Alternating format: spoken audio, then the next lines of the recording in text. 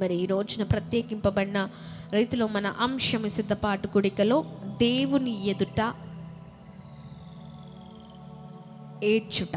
ఆమె దేవుని ఎదుట ఏడవండి. మన అద్భుతమైన అంశం ఏంటి రోజున? ఎవరి ఎదుట ఏడవాలి చెప్పాలి. ఎవరి ఎదుట ఏడవాలి? ఎస్, మన అంశం ఇదే, దేవుని ఎదుట ఏడవండి, అంతే. హల్లెలూయా. చాలాసార్లు మనం మనుషుల ముందు ఏడుస్తూ ఉంటాం కదా, అక్కడి నుంచి ప్రేమ వస్తుందేమో అని, లేదా ఎదుటి వ్యక్తుల దగ్గర నుంచి ఏదైనా ఆదరణ వస్తుందని, జాలి దొరికిద్దేమో అని, ఇంకా ఎన్నో ప్రయత్నిస్తూ ఉంటాం. అనవసరంగా ఏడుస్తూ ఉంటాం. మన కన్నీళ్లకు మనుషుల ఎదుట ఏంటండి విలువ లేదు, మన కన్నీళ్లకు విలువ లేదు.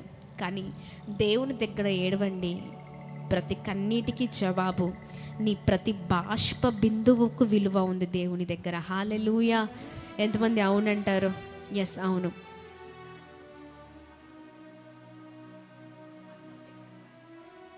దేవుని నామానికి మహిమ కలుగును గాక. హల్లెలూయా. దేవుని నామానికి స్తుతి కలుగును గాక. ఎవరి దగ్గర ఏడవాలి? దేవుని దగ్గర ఏడవాలి. అమ్మ, భలే కొత్తగా ఉంది అంశమే.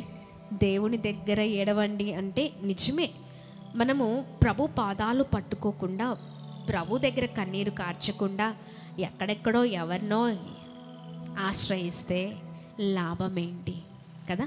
ఏ లాభము మన జీవితంలో మనం చూడం.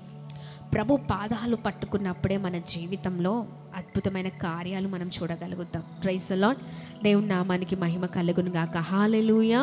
దేవుని నామానికి స్తుతి కలుగును గాక. ఈ సమయంలో యోహాను సువార్త 11వ అధ్యాయము, యోహాను సువార్త 11వ అధ్యాయము 32, 33 వచనాలను మనం చూద్దాం. యోహాను సువార్త 11వ అధ్యాయము 32, 33 వచనాలను చూద్దాం. అంతటా మరియా యేసు ఉన్న చోటికి వచ్చి ఆయనను చూచి ఆయన పాదాల మీద పడి, ప్రభువా, నీవిక్కడ ఉండిన ఎడల నా సహోదరుడు చావకుండునెను.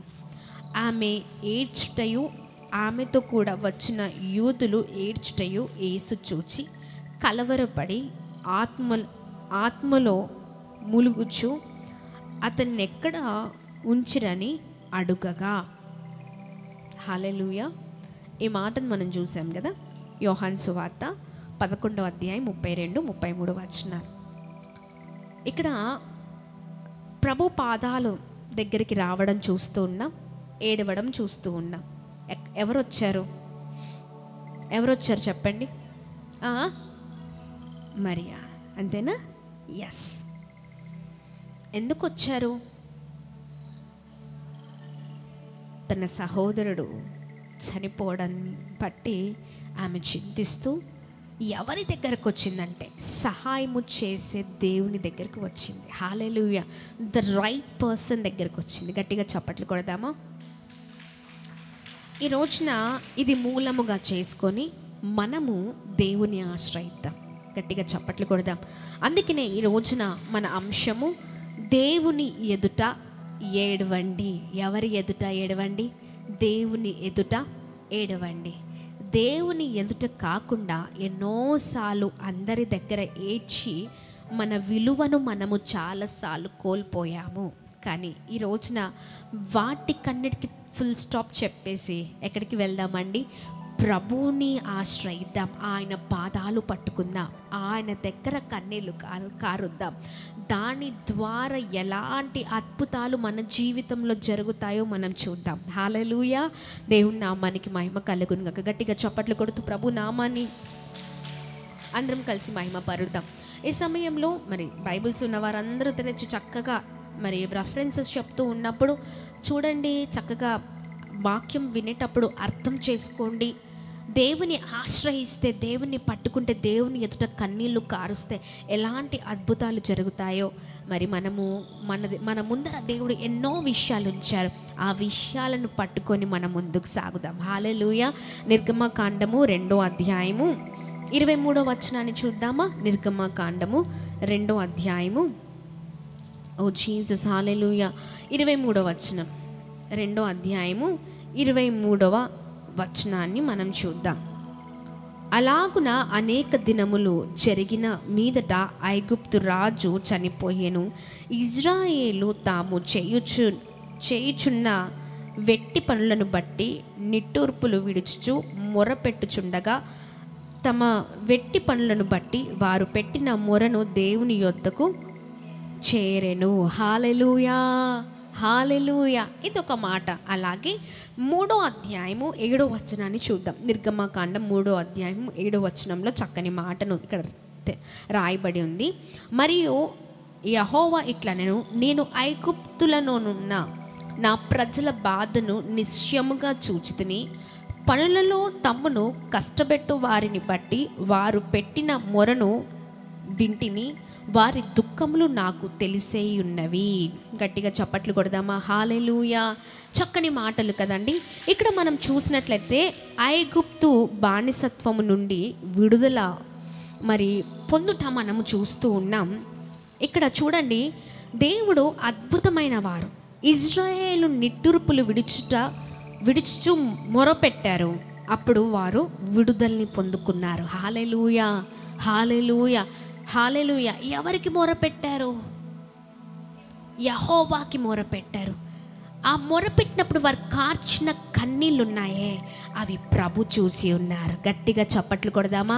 దేవుడు అద్భుతమైన దేవుడు అండి. నిజంగా మనం చాలాసార్లు అనుకుంటూ ఉంటాం, దేవుడు నా కన్నీళ్ళని చూడట్లేదు అనుకుంటా, నేను ఎంతగా ఏడుస్తున్నాను, ఇంతగా వేదన పడుతూ ఉన్నాను, నా బాధను దేవుడు చూడట్లేదు అనుకుంటా అని అంటూ ఉంటాం. అసలు నువ్వు దేవుని దగ్గర కన్నీళ్లు కారుస్తనే కదా, అవునా కదా? దేవుని పాదాలు పట్టుకుంటూనే కదా దేవుడు నిన్ను చూచేది, అవునా కదా? నీవు దేవుణ్ణి ఆశ్రయించకుండా నీకు కష్టం వచ్చినప్పుడు, నీకు శ్రమ వచ్చినప్పుడు, నీకు బాధ వచ్చినప్పుడు, నీకు వేదన వచ్చినప్పుడు నువ్వు ఎక్కడికి వెళ్తున్నావు అంటే పరిగెత్తుకుంటూ మనుషుల దగ్గరికి వెళ్తున్నావు, వారు న్యాయం చేస్తారేమో అని. అవునా? మనుషుల దగ్గరికి వెళ్ళి నీకున్న బాధనంతా చెప్తూ ఉన్నావు. మనుషులు చూడడం ద్వారా నీకు ఏమి లాభము? మనుషులు నిన్ను చూచి ఈ రోజున నిన్ను మర్చిపోయేవారే, నీకు తోడుగా ఉంటానని నిన్ను వదిలిపెట్టేవారే, అవునా కదా? మనుషులు ఈ రోజున నీతో ఉంటానని, రేపటి రోజున నీవెవరో నాకు తెలియదని సంబంధం లేని మాటలు మాట్లాడుతూ ఉంటారు కదా. మనుషుల జీవితాలు అలా ఉంటాయండి.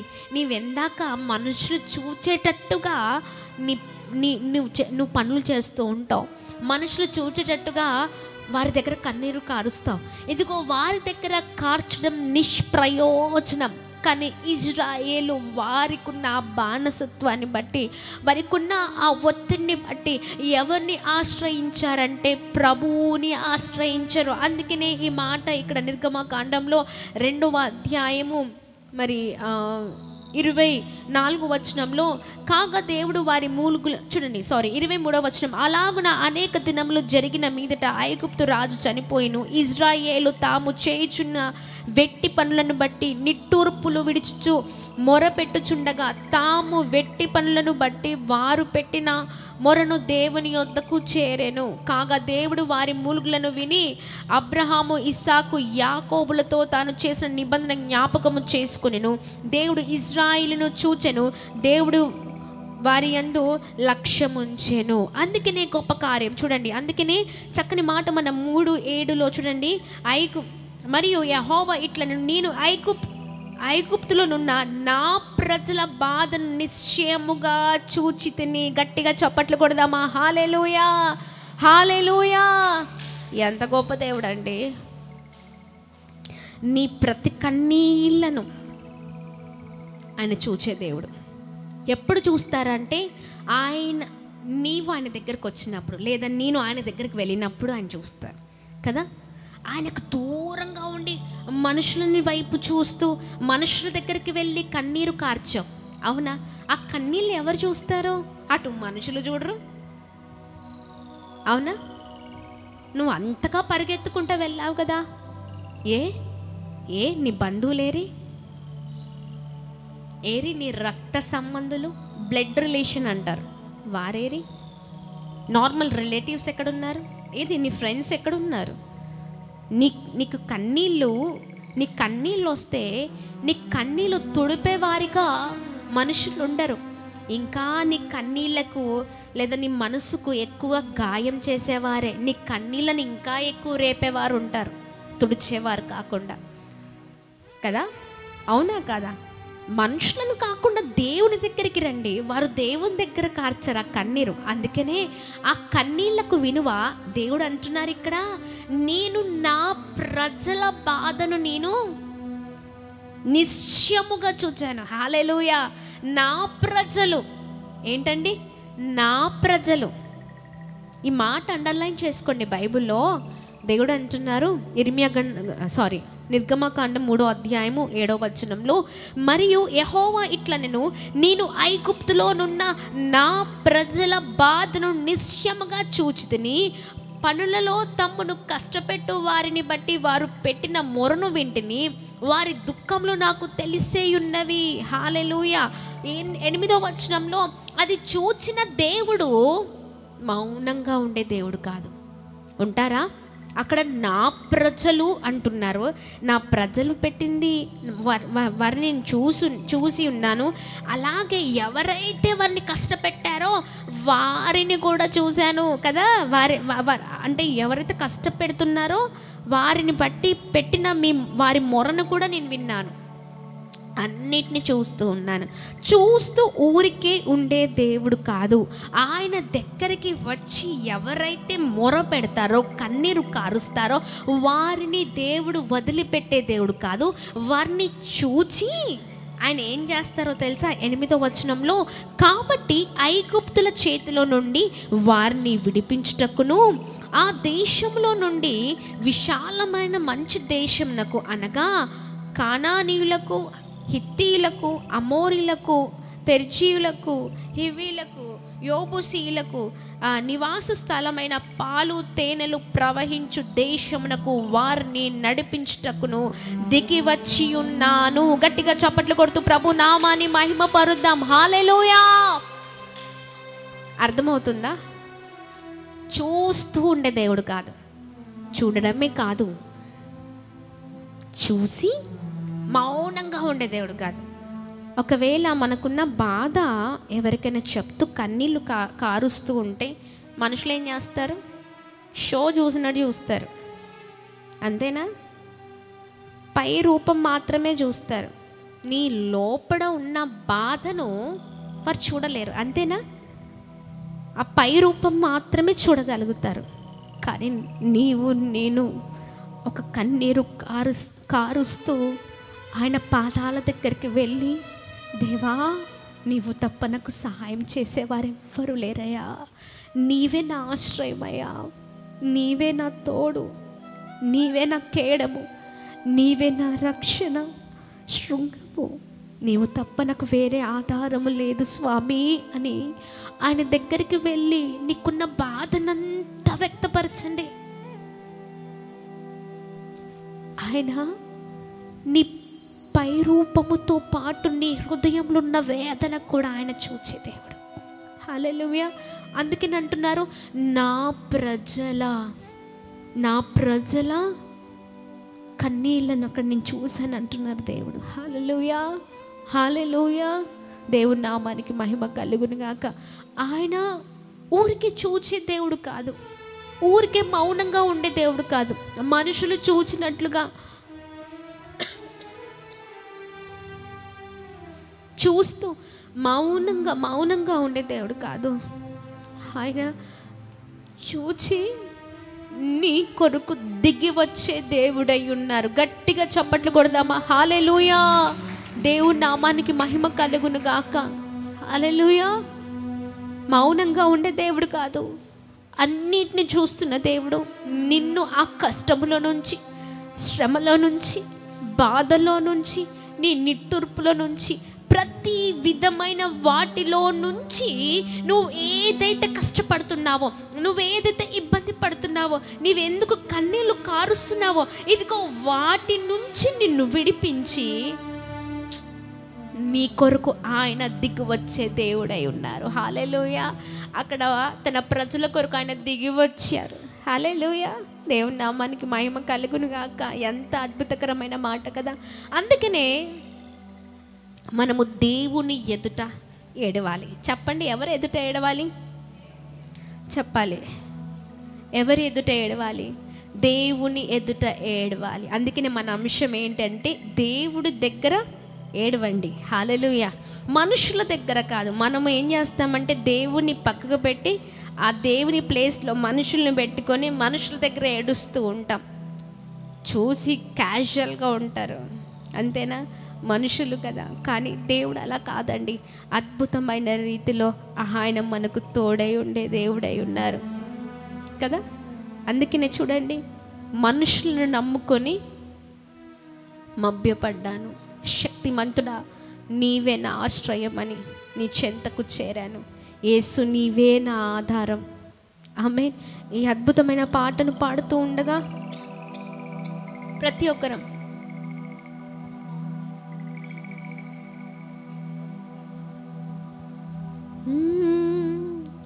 మనుషుల నమ్ముకొని మభ్యపడ్డాను, మనుషులను నమ్ముకొని మభ్యపడ్డాను. శక్తిమంతుడా నా ఆశ్రయుడవని నీ చెంతకు చేరాను. శక్తివంతుడా ఆశ్రయుడవని నీ చింతకు చేరాను. అందరం రెండు చేతులు పైకెత్తి ఈ మాట చెప్దామా? యేసు నీవే ఆధారము, యేసు నీవే నా ప్రాణము, యేసు నీవే ఆధారము, యేసు నీవే నా ప్రాణము. నిన్ను నమ్మినచో సిగ్గుపడనీయవు, నన్ను నెమ్మదితో నీవే ఉంచెదవు. ఆపత్కాలమున నమ్ముకొనదగిన, ఆపత్కాలమున నమ్ముకొనదగిన యేసు నీవే ఆధారము, యేసు నీవే నా ప్రాణము, యేసు నీవే ఆధారము, యేసు నీవే నా ప్రాణము. హల్లెలూయా. నిజమే కదండి, మన ఆధారం ఎవరు? యేసే. అందుకనే మనుషుల ఎదుట కాదు, మనుషుల వైపు చూడడం కాదు, యేసయ్య వైపు చూస్తూ ఆయన దగ్గర కన్నీళ్ళు విడుద్దాం. హల్లెలూయా. ఆయన అద్భుతమైన దేవుడై ఉన్నారు. ఆయన మన ఆశ్రయ దుర్గముగా ఉన్నారు. హల్లెలూయా. చూడండి, ఎప్పుడైనా చిన్న బిడ్డలకి, మనకు పుట్టిన బిడ్డలకి, చిన్న చిన్న పిల్లలు ఎవరైతే ఉంటారో, ఈ 2-3 years 4 years చిన్న బిడ్డలు ఉంటారు కదా, ఈ 5 years బేబీస్ ఎవరైతే ఉన్నారో, వారికి ఏదైనా అనారోగ్యం వస్తే తల్లి దగ్గర ఉంటారా లేకపోతే వేరే వాళ్ళ దగ్గర ఉంటారా? చెప్పండి, చెప్పండి, ఎవరి దగ్గర ఉంటారు? ఎవరి దగ్గర ఉంటారు? తల్లిని విడిచి అస్సలు రారు. కొద్దిసేపు ఎత్తుకుందాం, ఏడుస్తున్నారు అన్నా కానీ ఎంత ఏడుపు వచ్చినా, ఎంత బలహీనత వచ్చినా, ఎంత కష్టం వచ్చినా తల్లిని విడిచి రారు. చిన్న బిడ్డలకు ఉందండి. ఎందుకంటే వారికి ఇచ్చిన దేవుడు జ్ఞానం ఏంటో తెలుసా? తల్లిని నమ్ముతున్నారు. ఎవరిని నమ్ముతున్నారు? ఏదైనా జ్వరం వస్తే వెంటనే మమ్మీ, అంతేనా? తల్లి దగ్గర ఉరుక్కుంటూ వెళ్ళిపోతారు. గింజుకొని తీసుకున్నా తల్లి దగ్గర నుంచి రారు. అవునా? ఏడుస్తున్నారు కదా, కొంచెంసేపు ఎత్తుకుందాం కదా, అయ్యో అన్న కూడా రారు. ఎందుకంటే వారిని ఎవరిని ఆశ్రయిస్తున్నారంటే తల్లిని దృఢంగా నమ్మేశారు. ఎందుకంటే తల్లియే కరెక్ట్గా ఏంటండి క్షేమాన్ని కలగజేస్తుందని. హల్లెలూయా. దేవుని నామానికి మహిమ కలుగును గాక. చిన్న బిడ్డలకున్న జ్ఞానము ఈ రోజున మనకు లేకుండా పోతుంది. మనకు కష్టం వచ్చినప్పుడు మన తండ్రి దగ్గరికి, మనల్ని సృజించిన తండ్రి దగ్గరికి వెళ్ళలేకపోతున్నాం. కానీ ఇదిగో ఈ లోకంలో ఉన్న సంబంధము కలిగిన వ్యక్తుల దగ్గరికి వెళ్తూ ఉన్నాం. తీరా జరిగేది ఏంటి అంటే, మనం కన్నీరు కారుస్తే అక్కడి నుంచి ఏంటండి హేళనకరమైన మాటలు, అక్కడి నుంచి భయంకరమైన ఏంటి సూటిపోటి మాటలు చాలా వేదనకు గురి చేస్తూ ఉంటారు. అందుకనే మనుషుల దగ్గర ఏడవడం కాదు, దేవుని దగ్గర ఏడ్చే వారిగా మనం ఉండాలి. ఇదిగో ఇజ్రాయేలీలు దేవుని దగ్గర ఏడ్చారు. వారికి ఉన్న ఆ బానిసత్వము కలిగిన జీవితాన్ని బట్టి ఎంతో కష్టపడ్డారు, ఎంతో శ్రమ పడుతున్నారు. ఆ శ్రమ వారి వల్ల కాక దేవుని దగ్గర, దేవుని పాదాల దగ్గర మొరపెట్టడం ప్రారంభించారు. అందుకనే దేవుడు వారి కన్నీళ్లను చూచి ఆ శ్రమ నుండి వారిని విడిపించి వారి కొరకు ఆయన దిగి వచ్చిన దేవుడై ఉన్నారు. గట్టిగా చప్పట్లు కొడుతూ ప్రభు నామాన్ని అందరం కలిసి మహిమ పరుద్దాం. హల్లెలూయా, హల్లెలూయా. దేవుని నామానికి మహిమ కలుగును గాక. ఎలాంటి పరిస్థితి ఉన్నా, ఎలాంటి వేదన ఉన్నా మనుషుల వైపు కాదు, దేవుని వైపు తిరుగుదాం. గట్టిగా చప్పట్లు కొడదామా? ఈ సమయంలో రెండవ చక్కని రీతిలో రెండవ సందర్భాన్ని చూద్దాం. మొదటి సందర్భం, ఇజ్రాయేలు ప్రజలు దేవుని దగ్గర వారి నిట్టూర్పులు విడిచి మొరపెట్టడం మనం చూసి ఉన్నాం కదా. రెండవదిగా మొదటి సమూయేలు గ్రంథము 1వ అధ్యాయము 10వ వచనాన్ని చూద్దాం. సమూయేలు మొదటి గ్రంథము 1వ అధ్యాయం 10వ వచనాన్ని చూద్దామా? ఓ జీసస్, హల్లెలూయా, హల్లెలూయా.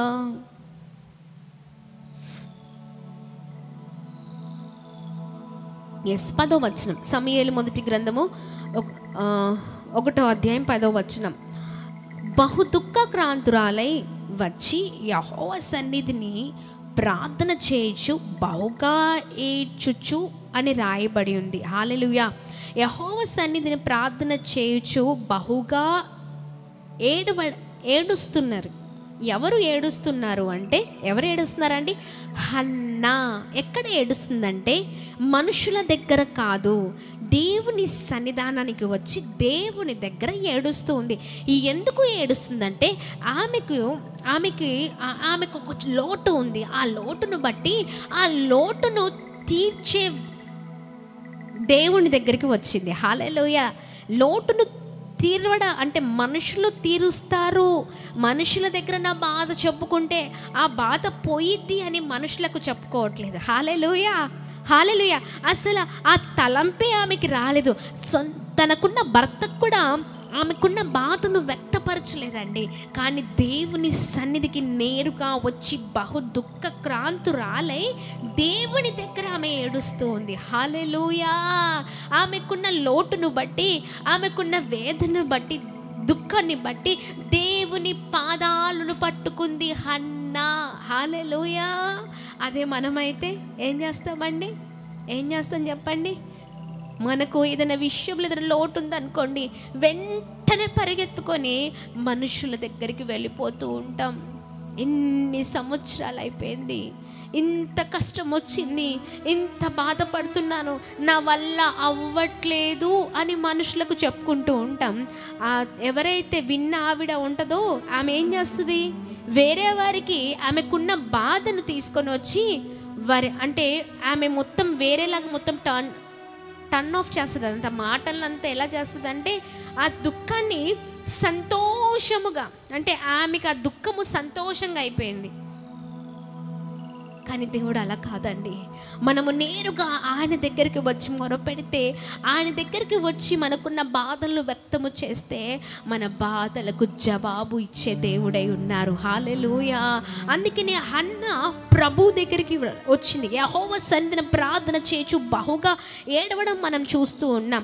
అదే మొదటి సమూయేలు గ్రంథములో 1వ అధ్యాయంలో 19-20 వచనాల్లో మనం చూసినట్లయితే, తర్వాత వారు ఉదయం నందు వేగిరమే లేచి యెహోవాకు మ్రొక్కి తిరిగి రామాలోని తమ ఇంటికి వచ్చి అంతటా ఎల్కను తన భార్య అగు హన్నాను కూడాను యెహోవా ఆమెను జ్ఞాపకము చేసుకొనెను కనుక హన్నా గర్భము ధరించి దినములు నిండినప్పుడు ఒక కుమార్ని కని నేను యెహోవాకు మొక్కుకొని వీనిని అడిగితిననుకొని వానికి సమూయేలను పేరు పెట్టెను. గట్టిగా చప్పట్లు కొడుతూ ప్రభు నామాన్ని మహిమ పరుద్దాం.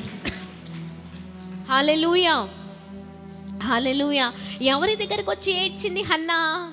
భర్త దగ్గరికి వెళ్ళి ఏడ్చిందా? బంధువుల దగ్గరికి వెళ్ళి ఏడ్చిందా?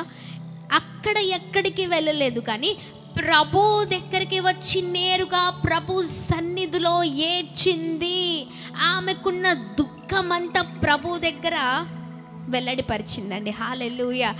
హన్నాని దేవుడు జ్ఞాపకం చేసుకొని ఆమెకి ఏ లోటైతే ఉందో, ఆమె ఏదైతే అడిగిందో అది తన జీవితంలో అద్భుతమైన రీతిలో దేవుడు సహాయం చేసిన దేవుడై ఉన్నారు. హన్నా అడిగింది, దేవా ఈ సేవకురాలని నన్ను జ్ఞాపకం చేసుకోవయ్యా, నన్ను జ్ఞాపకం చేసుకొని నా గర్భాన్ని తెరవయ్యా, నాకు ఒక చక్కని కుమార్ని దయచేయ్యా అని ప్రభు పాదాలు పట్టుకుంది. హల్లెలూయా. అందుకనే హన్నాని చూచిన దేవుడు ఆమె అడిగినట్లుగా ఆమె జీవితంలో దేవుడు అద్భుతము చేసి ఉన్నారు. గట్టిగా చప్పట్లు కొడదామా? సంపూర్ణంగా ఆధారపడిన వారి జీవితాలు ఇలానే ఉంటాయి. సంపూర్ణంగా అంటే కేవలం దేవుని వైపు చూచే జీవితాలలోనే ఈ విజయం. హల్లెలూయా. నేను చెప్తున్నాను వినండి, చూడండి, చాలా మందితో దేవుడు చాలా విషయాలు మాట్లాడుతూ ఉంటారు. అది మాట్లాడిన తర్వాత ఏం చేస్తూ ఉంటారంటే దేవుని మాటను విడిచిపెడతారు, అసలు నోరు తెరచి ప్రార్థన చేయడం మొదలు పెడుతూ ఉంటారు. అవునా కాదా? అవునా కాదా? నోరు తెరచి ప్రార్థన చేయని వారిగా ఎన్నడూ ఉండదు. దేవుని వాగ్దానం ఉంటుంది, ఆ వాగ్దానాన్ని మర్చిపోయి అసలు దేవుణ్ణే విడిచిపెట్టి జరిగిద్దిలే అంటే మొత్తం రివర్స్ అయిపోద్ది. అర్థమవుతుందా? దేవుడు ఆల్రెడీ వాగ్దానం ఇచ్చారు. ఆ వాగ్దానాన్ని ఎత్తిపట్టి నువ్వు ప్రార్థన చేస్తేనే కదా నీ కొరకు ఖచ్చితంగా ఇతరులు ప్రార్థన చేస్తారు, సేవకులు ప్రార్థన చేస్తారు, చక్కగా దేవుని యందు భయభక్తులు కలిగిన వారు ప్రార్థన చేస్తారు. నువ్వు ఎవరికైతే అంశం ఇచ్చావో ఆ అంశాలు ఎత్తిపట్టి అందరూ ప్రార్థిస్తారు. కానీ సమస్య నీదైనప్పుడు అసలు నోరు తెరచి ప్రార్థిస్తేనే కదా నీ జీవితంలో కార్యం జరగడానికి. నీవు నోరు తెరచి ప్రార్థన చేయవు, దేవుని పాదాలు పట్టుకోవు, దేవుని అడగవు, గోజాడవు, కన్నీళ్ళు కార్చవు. నీకు కష్టం వచ్చినప్పుడు మనుషులు గుర్తొస్తారు, నష్టం వచ్చినప్పుడు మనుషులు గుర్తొస్తారు, బాధ వచ్చినప్పుడు మనుషులు గుర్తొస్తారు. ఎందుకు దేవుడు గుర్తు రావట్లేదు? వారు గుర్తొచ్చారు కాబట్టే ఈ రోజున జీవితాల్లో కార్యం చూడలేకపోతూ ఉన్నాం కదా. కానీ ఎవరైతే నిశ్చయముగా ప్రభు పాదాలు పట్టుకొని ప్రభు వైపే చూస్తారో, ప్రభుని ఆనుకొని ఎవరైతే బ్రతుకుతారో, నా దేవుడు ఖచ్చితంగా నా జీవితంలో ఈ కార్యము చేస్తారన్న విశ్వాసంతో ఎవరైతే ఎదురు చూస్తారో, ఇదిగో వారి జీవితంలో మాత్రమే అద్భుతం. సగము మనుషుల వైపు, సగము దేవుని వైపు, సగం లోకము వైపు, సగం దేవుని వైపు, ఇలాంటి జీవితాలు దేవునికి అవసరం లేదు. అలాంటి వారి జీవితంలో ఎన్నటికీ దేవుని కార్యాలు చూడలేరు, ఎన్నటికీ దేవుని మహిమను చూడలేరు. హల్లెలూయా, హల్లెలూయా. చూడండి, హన్నా ఎవరిపైన ఆధారపడలేదు. ఎందుకో ఆమె భర్త కూడా ఒక మాట అంటాడు. చూద్దామా? సమూయేలు మొదటి గ్రంథం 1వ అధ్యాయంలో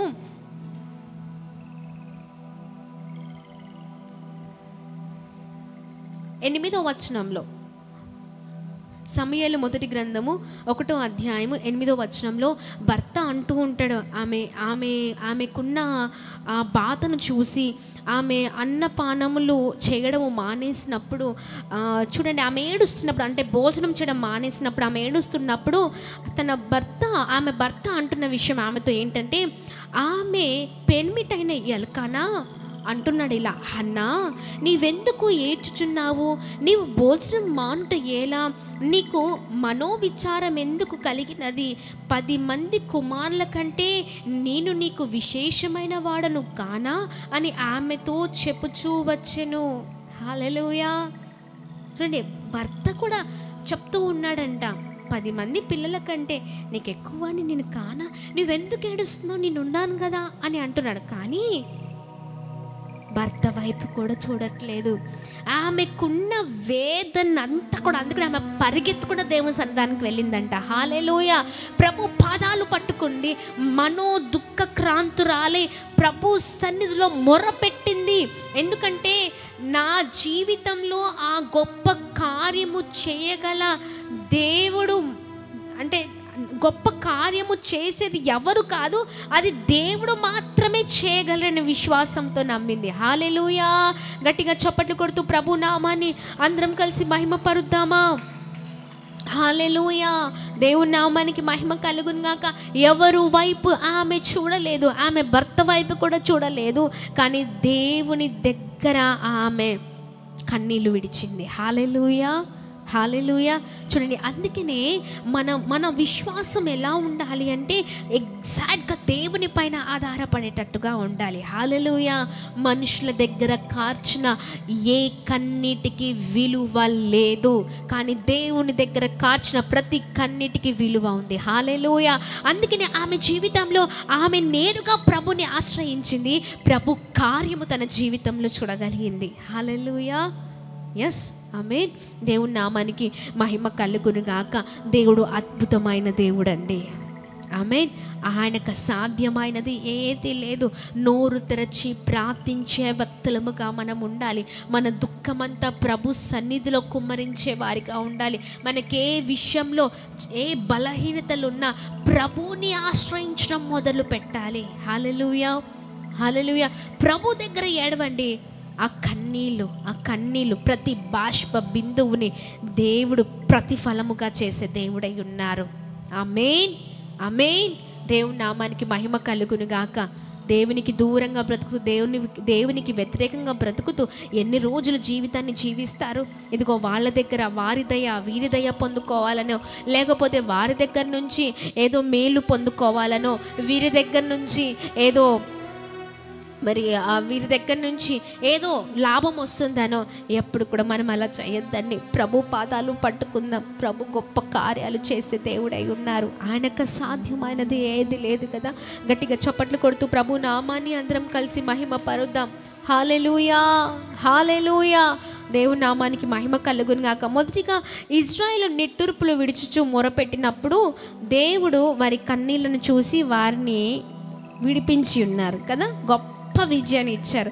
రెండవదిగా హన్నా దేవుని సన్నిధిలో మొరపెట్టినప్పుడు ఆమె ఏ విషయంలో మొరపెట్టిందో అక్కడ దేవుని కార్యం జరిగింది. గట్టిగా చప్పట్లు కొడతాం. మూడవదిగా చూడండి, దేవుని దగ్గర మనం ఏడుస్తే ఏంటండి, దేవుని దగ్గర కన్నీళ్లు పెడితే ఆ కన్నీళ్లు వృధాగా పోవండి.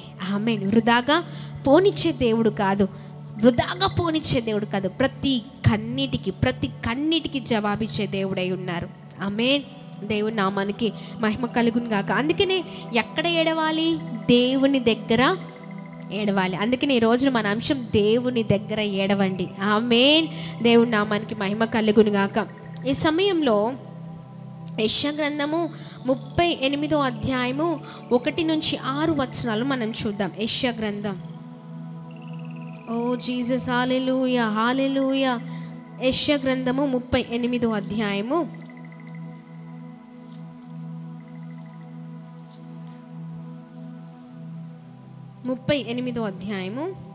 1 నుంచి 6 వచనాలను మనం చూద్దాం.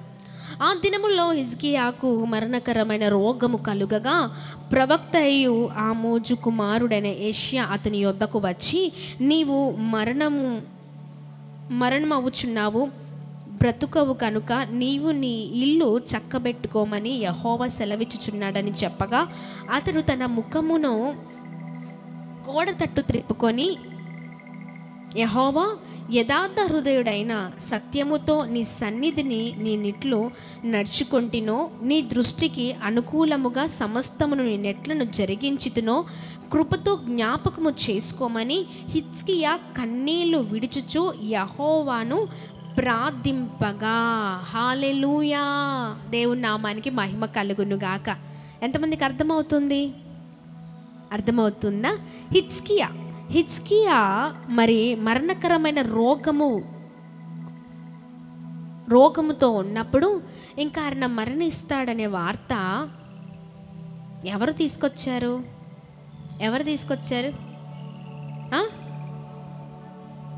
యెషయా తీసుకొచ్చారు కదా. తీసుకొచ్చినప్పుడు ఈ వార్తను విన్న హిజ్కియా, దేవా నీ సన్నిధిలో నేను ఎలా బ్రతికానో ఎలా ఉన్నానో నీకు తెలుసు కదయ్యా, అందుకే నన్ను జ్ఞాపకం చేసుకో. నేను ఎంత యథార్థ హృదయుడనై సత్యంతో నీ సన్నిధిని ఎట్లున్నానో నడుచుకుంటునో, నీ దృష్టికి అనుకూలముగా సమస్తం నేను ఎట్లా జరిగించుతునో కృపతో జ్ఞాపకము చేసుకోమని కన్నీళ్లు కారుస్తూ ఉన్నాడంట. ఆ సమయంలో ఎవరి వైపు తిరిగి?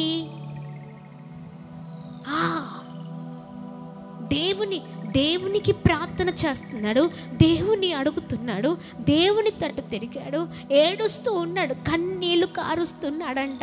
అయ్యా నీ కృపతో నన్ను జ్ఞాపకం చేసుకో అయ్యా, నీ కృపతో నన్ను జ్ఞాపకం చేసుకో అయ్యా. వార్త తెలవగానే దేవుణ్ణి ఆశ్రయించాడండి. హల్లెలూయా, హల్లెలూయా.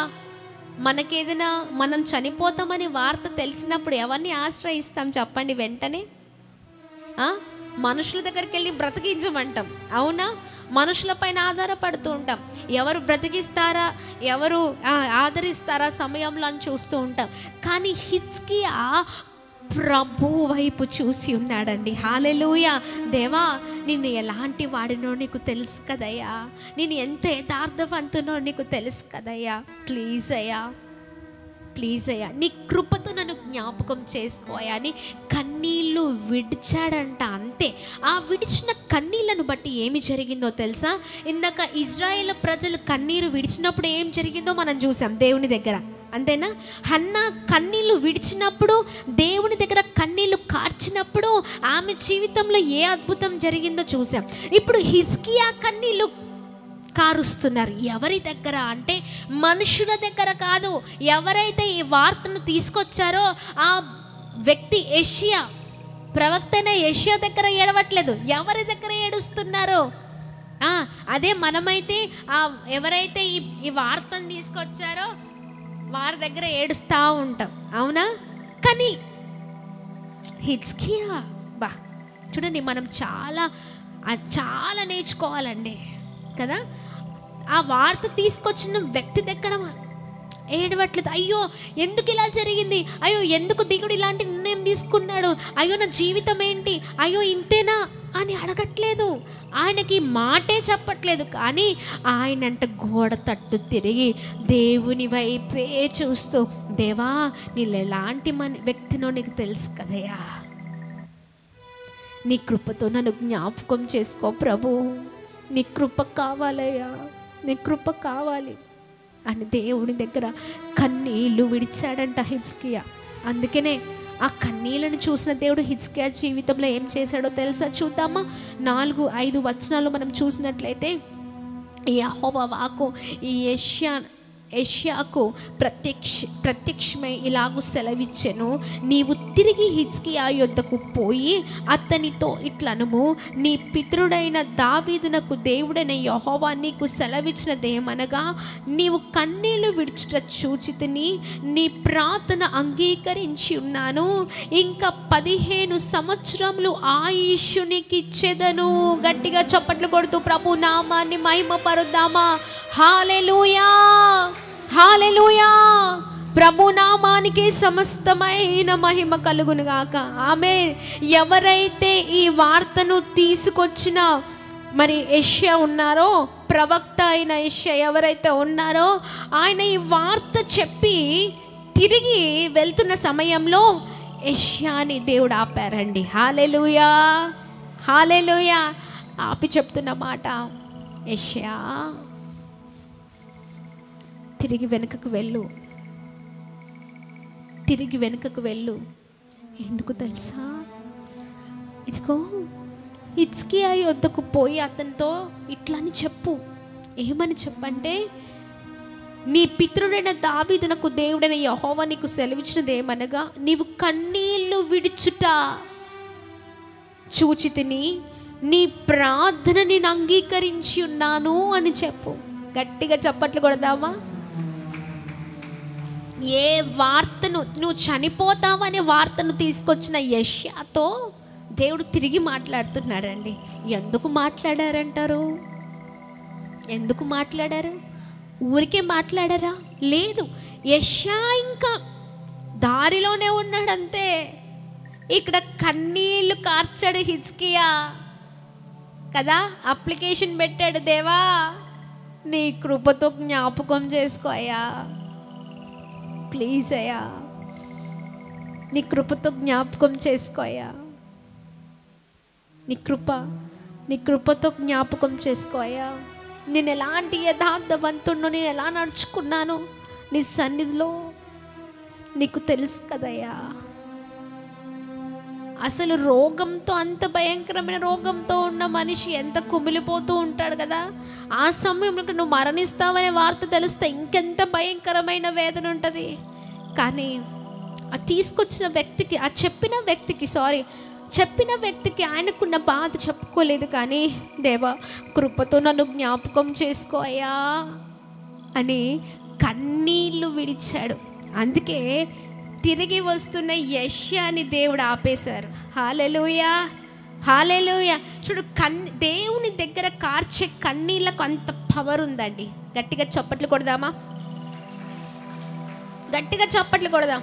మనము కార్చే కన్నీళ్ళు దేవుని దగ్గర కారుస్తే మన కన్నీళ్ళకు అంత విలువ ఉంటుంది. ఏదైనా జరగాల్సిందే, అంతే. అలా ఇట్స్కే ఏడుస్తున్నాడు. ఆ ఏడుపును చూసిన దేవుడు, ఆ కన్నీళ్లను చూసిన దేవుడు వెంటనే వస్తున్న ఆ యెషయాని ఆపేసి, యెషయా తిరిగి వెళ్ళు. దేవుడు మనసు మార్చేసుకున్నాడండి. హల్లెలూయా. ఏంటండి, దేవుడు కన్నీళ్ళు విడిచి ప్రార్థించడం, హిజ్కియా ప్రార్థన దేవుడు చూశారు. అందుకని యెషయాని ఆపి, యెషయా చదువుదామా?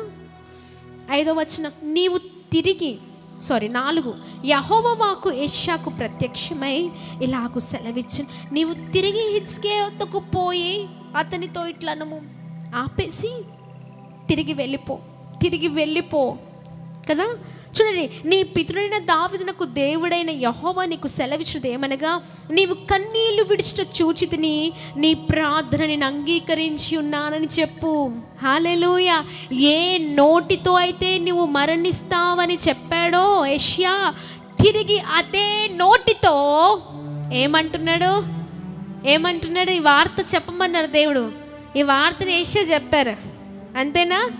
నీ కన్నీళ్లను విడిచుట చూచితిని, నీ ప్రార్థనని అంగీకరించి ఉన్నాను. కింద వచనంలో మనం చూసినట్లయితే కంటిన్యూషన్లో, నీ ఇంకా 15 సంవత్సరంలో ఆయుష్ను నీకిచ్చేదను. హల్లెలూయా. 15 సంవత్సరాల ఆయుష్ని ఇచ్చానని చెప్పు అంటున్నారు దేవుడు.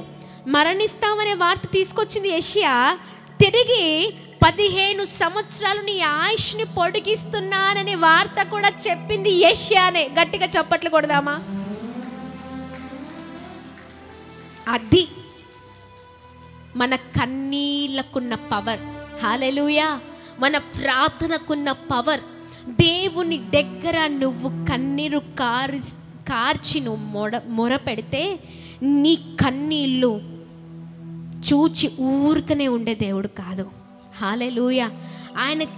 ఆయన కాల్చిన కన్నీళ్లను బట్టి, ఆయన విజ్ఞాపన మనవి బట్టి, అయ్యా నీ కృపను బట్టి నన్ను జ్ఞాపకం చేసుకో అయ్యా అని బతిలమాడుకున్నాడండి. హల్లెలూయా. దాన్ని బట్టి నిజంగా దేవుని తలంపే మారిపోయింది. హల్లెలూయా, హల్లెలూయా. కన్నీళ్లు విడిచి నువ్వు ప్రార్థిస్తే చాలు, ఏదైనా జరుగుతుంది. హిజ్కియా భయంకరమైన రోగముతో ఉన్నప్పుడు మరణిస్తాడనే వార్త తెలుసుకొని దేవుని వైపే చూస్తూ ప్రార్థించాడు. దేవుని సహాయమే కోరాడు. ద రైట్ పర్సన్ దేవుడే, ఏ మనుషులకు చెప్పుకోలేదు. దేవుని వైపే చూసి ఆయన దగ్గర కన్నీళ్లు కార్చాడు. ఆ కన్నీళ్లను విడవడం దేవుడు చూసి, హల్లెలూయా, హల్లెలూయా, ఆయన ప్రార్థనని అంగీకరించి 15 సంవత్సరాలు తన ఆయుష్ని దేవుడు పొడిగించున్నారు. గట్టిగా చప్పట్లు కొడుతూ ప్రభు నామాన్ని అందరం కలిసి మహిమ పరుద్దామండి. చూడండి, అందుకనే మనము ప్రభు పాదాలు పట్టుకోవాలి. దేవుని దగ్గర ఏడ్చేవారిగా ఉండాలి, మనుషుల దగ్గర కాదు. ఈ రోజున దేవుని ప్లేస్లో మనుషులను పెట్టి మనుషుల వైపు ఆధారపడుతున్నావేమో, మనుషుల దగ్గర ఏడుస్తూ ఉన్నావేమో. కనుక నుంచి ఆ ఏడుపులను మానేద్దామండి. మనుషులు మనం ఏడుస్తూ ఉంటే ఇంకా మనల్ని బాధ పెట్టేవారే. మనుషులు మనం బలహీనంగా ఉన్నప్పుడు ఇంకా మనల్ని బలహీనతల్లోకి తీసుకొని వెళ్ళేవారే. మనము చాలా దుఃఖముతో ఉన్నప్పుడు ఆ దుఃఖాన్ని ఇంకా రెట్టింపు చేసేవారే. అందుకనే మనుషుల్ని ఆశ్రయించడము కంటే ఈ యెహోవాని ఆశ్రయించుట మేలు. హల్లెలూయా, హల్లెలూయా, హల్లెలూయా. మనుషుల్ని ఆశ్రయించడము ద్వారా ఏ లాభము లేదు, కానీ దేవుని ఆశ్రయిస్తే చాలు. ఆయన మన కన్నీళ్లను చూసి మన కన్నీళ్లకు ప్రతిఫలాన్ని ఇచ్చే దేవుడై ఉన్నారు. మన ప్రార్థనలు ఆయన ఆలకించే దేవుడై ఉన్నారు. ఆయన ఆలకించడమే కాదు, మన జీవితంలో గొప్ప కార్యము చేసే దేవుడై ఉన్నారు. గట్టిగా చప్పట్లు కొడుతూ ప్రభు నామాన్ని అందరం కలిసి మహిమ పరుద్దామా? హల్లెలూయా, హల్లెలూయా. ప్రార్థన ప్లస్ కన్నీళ్ళు ఈజ్ ఈక్వల్ టు దేవుని కార్యాలు. నీకు అర్థమవుతుందా? ఇక్కడ కన్నీళ్ళు ప్రభు దగ్గర కార్చారు, ప్రార్థన చేశారు, కన్నీళ్ళు కారుస్తూ ప్రార్థించారు, ప్రభు కార్యం చూశారు. అంతేనా? ఇజ్రాయిల్ అలా చేశారు, హన్నా అలానే చేసింది, హిజ్కియా కూడా అలాగే చేస్తున్నారు. ఇక్కడ గట్టిగా చప్పట్లు కొడదామా? కన్నీటి ప్రార్థన ప్రభుని కదిలిస్తుంది. ఆమేన్, ఆమేన్. దేవుని నామానికి మహిమ కలుగునుగాక. అనొచ్చు చాలామంది, నువ్వు ఇంతేరా, నీ బ్రతికింతేరా, నీ జీవితం ఇంతేరా, నువ్వెందుకు పనికి రాని వాడివిరా, ఇంతే, నువ్వు ఇంతే. ఎన్నో విషయాల్లో ఒంటరి వాడిగా ఒంటరి దానిగా మిగిలిపోయావనుకుంటా. మనుషులు అంటున్న దాన్ని బట్టి నువ్వు కుమిలిపోతున్నావా? మనుషులు అంటున్న ఆ మాటలను బట్టి నీ గుండెంతా కూడా చాలా వేదనతో నింపబడింది అనుకుంటా. ఇంకా నాకు సహాయం చేసేవారు ఎవ్వరూ లేరు, సహాయం చేసేవారు ఎవ్వరు లేరు, నాకు ఏ దిక్కు లేదు, నా జీవితం ఇంతే, నా బ్రతుకింతే, నా జీవితమే ఇంత అనుకుంటా అని అనుకుంటున్నావేమో. కానీ దేవుని దగ్గర కన్నీరు కార్చు, ప్రార్థించు. నీకెంత బాధ ఉందో, ఎంతమంది నీకెంత నష్టాన్ని చేకూరుస్తున్నారు. ఎవరైతే ఇజ్రాయేలును బాధ పెట్టారో ఆ బాధ పెట్టిన వారిని గురించి మొరపెట్టినప్పుడు ప్రభు ఆ మొరను వారు మొరపెట్టిన మొరను ఆయన విన్నారండి. హల్లెలూయా. అందుకే వారి నుంచి దేవుడు విడిపించారు. ఆమేన్. ఈ రోజున నిన్ను కూడా ఆయన విడిపించే అద్భుతకరమైన దేవుడై ఉన్నారు. గట్టిగా చప్పట్లు కొడుతూ ప్రభు నామాన్ని మహిమ పరుద్దామా? అనుకోవచ్చు, నాకెవ్వరు లేరు, నాకే దిక్కు లేరు, నా జీవితం ఇంతే అని అనుకుంటున్నారా? కానీ దేవుడు సమస్తమైన విషయాలు కృప చూపించే దేవుడు అండి. ఆయన మన కన్నీళ్లను చూచే దేవుడై ఉన్నారు. ఆయన మన కన్నీళ్లను చూడడమే కాదు, ఆయన దేని కొరకైతే మనం వేదన పడుతున్నామో, దేని కొరకైతే మనము ప్రార్థిస్తున్నామో, ఆయన మన ప్రార్థనని ఆలకించి ఆ కన్నీళ్ళ నుంచి మనల్ని విడిపించే అద్భుతకరమైన దేవుడై ఉన్నారు. ఆయన విడిపించడమే కాదు, మన కొరకు దిగి వచ్చే దేవుడై ఉన్నారు. గట్టిగా చప్పట్లు కొడుతూ ప్రభు నామాన్ని మహిమ పరుద్దాం. హల్లెలూయా, హల్లెలూయా, హల్లెలూయా. ఈ సమయంలో అందుకనే చూడండి, ఇజ్రాయేలులు ప్రభు దగ్గర ఏడ్చారు, కార్యం చూశారు. హల్లెలూయా. ప్రభు వైపే చూశారు, నేరుగా ప్రభువునే ఆశ్రయించారు, ప్రభు దగ్గర ఏడ్చారు. అందుకనే కార్యం. హన్నా నేరుగా ప్రభు దగ్గరికే వచ్చింది, ప్రభు పాదాలు పట్టుకుంది, ప్రభు దగ్గర ఏడ్చింది. ఆ ఏడ్చుట ప్రభు చూశారు. అందుకే హన్నా జీవితంలో ఆ కార్యం. హల్లెలూయా. ఇక్కడ హిజ్కియా కూడా ప్రభు వైపే చూసి ప్రభు పాదాలు పట్టుకున్నారు. హల్లెలూయా. ఈ వార్తను తీసుకొచ్చిన యెషయా దగ్గర ఏడవడం మనం చూడట్లేదు. హల్లెలూయా. దేవుని దగ్గరే ఏడ్చారు. నీ కృపతో నన్ను జ్ఞాపకం చేసుకోమని విజ్ఞాపన చేశారు. అందుకనే అంత గొప్ప కార్యము, చనిపోవలసిన హిజ్కియా కన్నీళ్లు విడిచి ప్రార్థించడము ద్వారా తన ఆయుష్ పొడిగించబడింది. 1 సంవత్సరం కాదు, 2 సంవత్సరాలు కాదు, 3 సంవత్సరాలు కాదు, 15 సంవత్సరాలు తన ఆయుష్ పొడిగించబడింది. గట్టిగా చప్పట్లు కొడుతూ ప్రభు నామాన్ని అందరం కలిసి మహిమ పరుద్దాం. హల్లెలూయా, హల్లెలూయా. దేవుని నామానికి మహిమ కలుగును గాక. ఈ సమయంలో దయచేసి అందరం లేచి నిలబడదాం. ప్రభు పాదాలు పట్టుకుందామండి. ప్రభు పాదాలు పట్టుకుందాం. ప్రభు పాదాలు పట్టుకుందాం. ఇందాక మనం మొదటిగా చదివిన మరి అద్భుతకరమైన మాటలు, మొదటిగా యోహాను సువార్త 11 అధ్యాయం 32 వచనం 33 వచనాల్లో మనం చూసినట్లయితే యేసు పాదాల మీద పడి మరియా ఏడ్చిందండి అక్కడ. ఆమేన్, ఆమేన్. అందుకనే ఆమె ఏడవడము ద్వారా చనిపోయిన లాజరు లేపబడ్డాడు. గట్టిగా చప్పట్లు కొడదామా? ఆమేన్. దేవుని నామానికి మహిమ కలుగుగాక.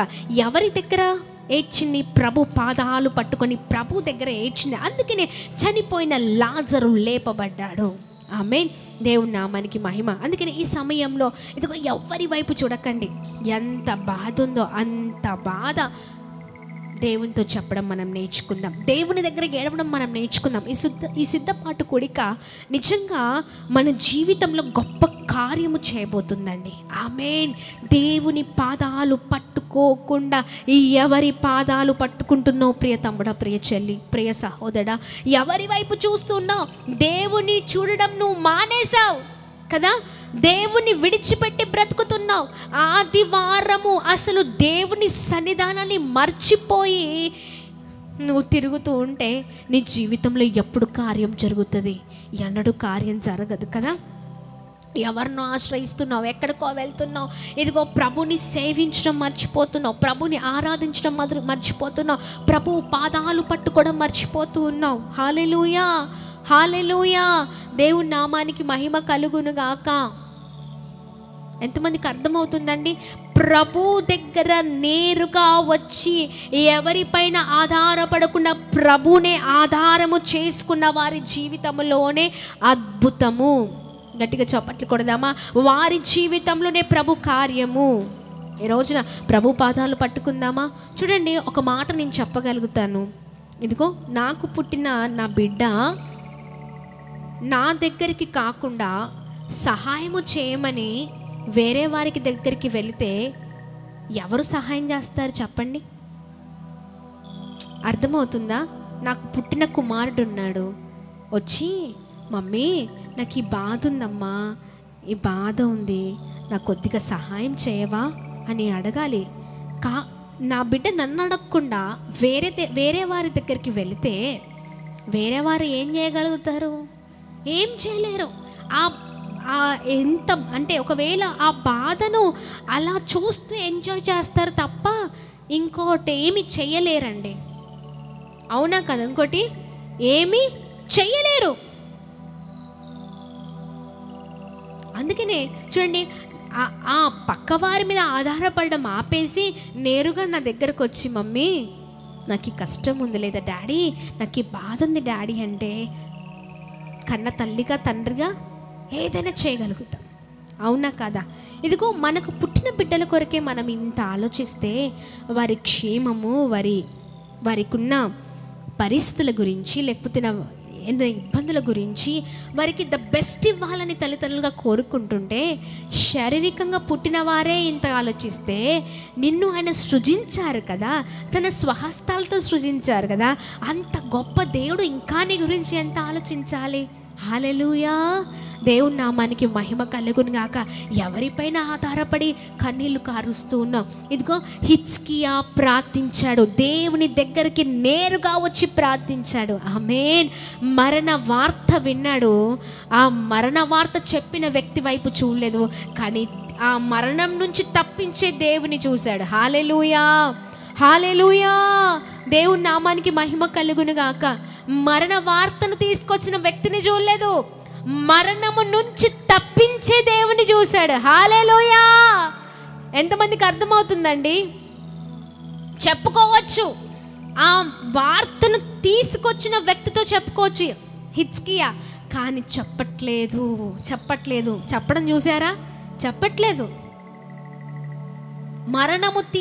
వార్తను తీసుకొచ్చిన వ్యక్తి దగ్గర ఏడవట్లేదు. ఆయన పాదాల మీద పడి అయ్యో నా జీవితం ఏంటి అని అనట్లేదు, ఇంకా అయిపోయింది నా జీవితం అనట్లేదు. నేను ఇంత నీతిమంతుని కదా, నేను ఎంత యథార్థవంతుని కదా, నాకెందుకు ఈ శ్రమ అని అనట్లేదు. ఒక్క మాట మాట్లాడలేదు, కానీ గోడ వైపు తన ముఖం తిప్పి ఎవరితో మాట్లాడుతున్నాడంటే దేవునితో మాట్లాడడం ప్రారంభించాడు. నేరుగా దేవునితో మాట్లాడుతున్నాడు, దేవునిపై ఆధారపడుతున్నాడు. దేవా, నన్ను జ్ఞాపకం చేసుకోయ్యా, నీ కృపచేత నన్ను జ్ఞాపకం చేసుకున్నయ్యా అని దేవుని దగ్గర బ్రతిలు మాడుతున్నాడండి హిజ్కియా. హల్లెలూయా. అందుకనే చూడండి, వార్త తీసుకొచ్చిన హిజ్కియాని కాకుండా మరణము నుంచి తప్పించే దేవుని వైపు చూశాడు హిజ్కియా. దేవుని పైన ఆధారపడ్డాడు, దేవుని దగ్గర కన్నీళ్లు విడిచాడు, ప్రార్థించాడు. అందుకనే ఈ వార్తను తీసుకొచ్చిన యెషయాని తిరిగి దేవుడు వస్తుంటే ఆపి, యెషయా ఆగు, ఈ వార్తను మళ్ళీ తీసుకొని వెళ్ళి హిజ్కియాకి చెప్పు.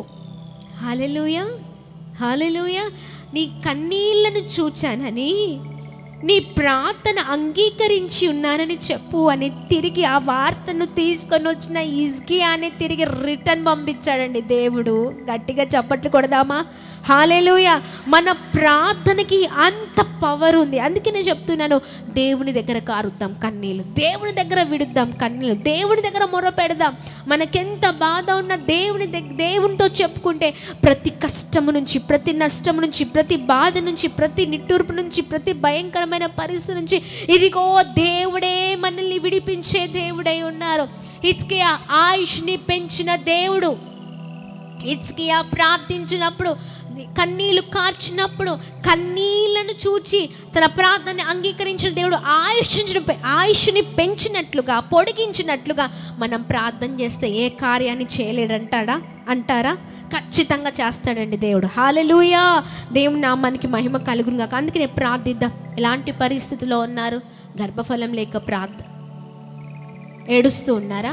మనుషుల ముందు ఏడవడం ఆపి దేవుని ముందు ఏడవండి. హల్లెలూయా.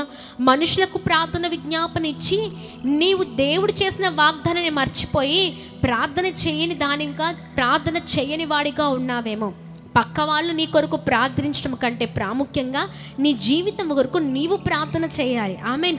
హన్నా అదే చేసింది. ప్రభు పాదాలు పట్టుకుంది, ఎవరితో తనకున్న బాధ చెప్పలేదు, నేరుగా డైరెక్ట్గా ప్రభు సన్నిధానంలోకి వెళ్ళిపోయింది. హల్లెలూయా. అడుగుతుంది, ఏడుస్తుంది, దేవా నన్ను జ్ఞాపకం చేసుకోమని. ఆమెని దేవుడు జ్ఞాపకం చేసుకున్నాడండి.